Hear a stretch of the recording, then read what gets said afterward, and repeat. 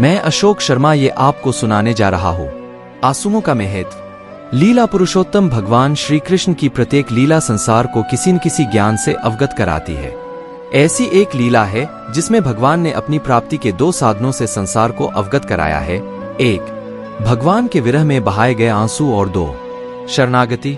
महारानी सत्यभामा द्वारा भगवान श्री कृष्ण का तुलादान। एक बार द्वारका में भगवान श्री कृष्ण के पावन जन्मदिवस पर उनकी पटरानी सत्यभामा जी ने तुलादान करने का संकल्प किया। सत्यभामा जी की इच्छा थी कि वे अपने स्वर्ण आभूषणों से अपने प्राण प्रियतम श्री कृष्ण का तोलन करें। सत्यभामा जी सतराजित की पुत्री थीं। सतराजित को भगवान सूर्य ने प्रसन्न होकर स्यमंतक मणि प्रदान की थी, जो नित्य बहुत सारा सोना प्रदान करती थी। इसलिए सत्यभामा जी के पास स्वर्ण, मणियों व रत्नों का अपार भंडार था। इस उत्सव को देखने के लिए द्वारका के राजमहल में चारों ओर उत्साह और उमंगें हिलोरें ले रही थीं। शुभ मुहूर्त में सत्यभामा जी ने भगवान श्री कृष्ण के नीलमणि के समान कमनीय शरीर पर स्वयं केसरपूर मिश्रित अंगराग का लेपन किया और पवित्र जल से उन्हें स्नान कराकर सुंदर वस्त्राभूषणों से सुसज्जित किया।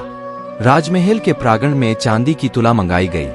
श्री कृष्ण तुला के एक पल्ले पर इस प्रकार शोभायमान हो रहे थे मानो साक्षात तब का ही मूर्तिमान रूप तुला के पल्ले पर विराजमान हो। दूसरे पल्ले पर सत्यभामा जी ने अपने स्वर्णाभूषणों को रख दिया, लेकिन तुला का वह पल्ला हल्का ही रहा। धीरे धीरे सत्यभामा जी ने अपना समस्त स्वर्ण भंडार तुला के पल्ले पर रखा, किंतु पल्ला जरा भी नीचे नहीं आया। अंत में सत्यभामा जी के रत्न, मणियों और स्वर्ण के समस्त भंडार समाप्त हो गए।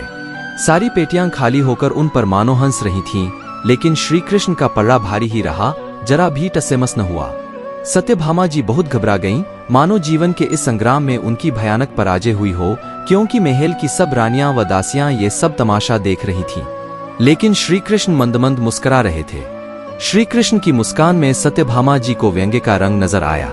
निराश होकर सत्यभामा जी ने रुक्मिणी जी की ओर सहायता की नजरों से देखते हुए कहा, जी, अब क्या होगा? मेरा तो सारा गर्व चूर हो गया, मेरे पास तो अब कुछ भी नहीं रह गया। तुम ही कोई युक्ति निकालो। रुक्मिणी जी ने सहानुभूतिपूर्वक कहा, तुम मेरे आभूषण ले लो, परंतु मुझे विश्वास नहीं होता कि हमारे प्राणधन श्री कृष्ण स्वर्ण आभूषणों और मणिरत्नों में तुल जाएंगे। मैं एक उपाय करती हूँ।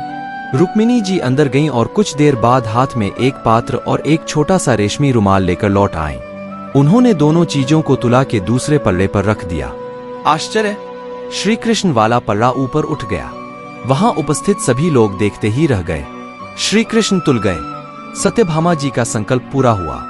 दोनों पटरानियों की खुशी का ठिकाना न रहा।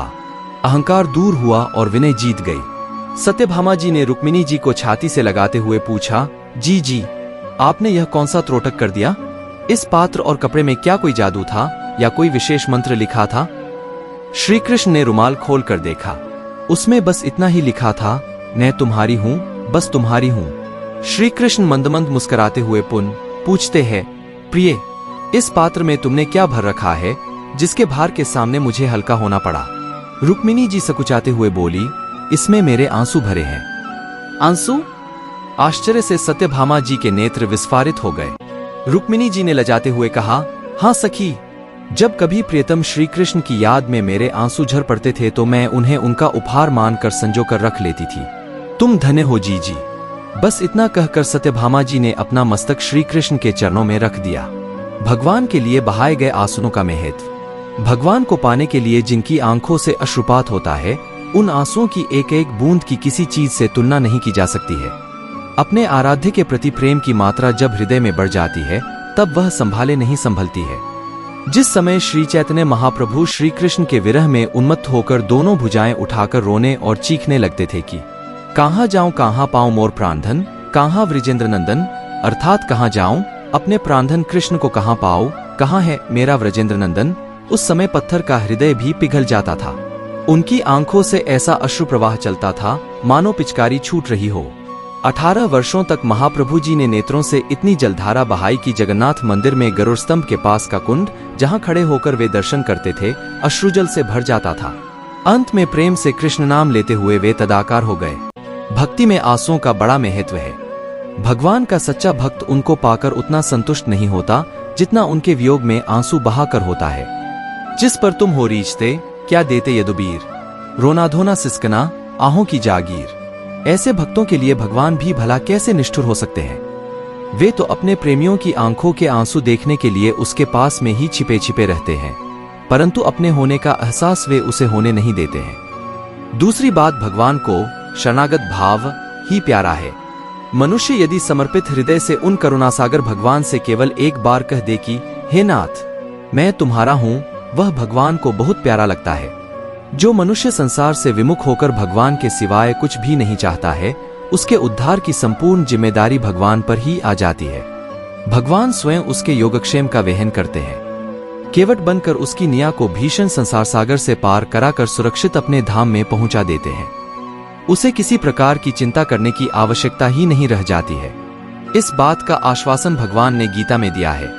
अन्याश्चिंत्यन्तो मा ये जना पर्युपास्ते तेषां नित्याभियुक्तानां योगक्षेमं वहाम्यहम्।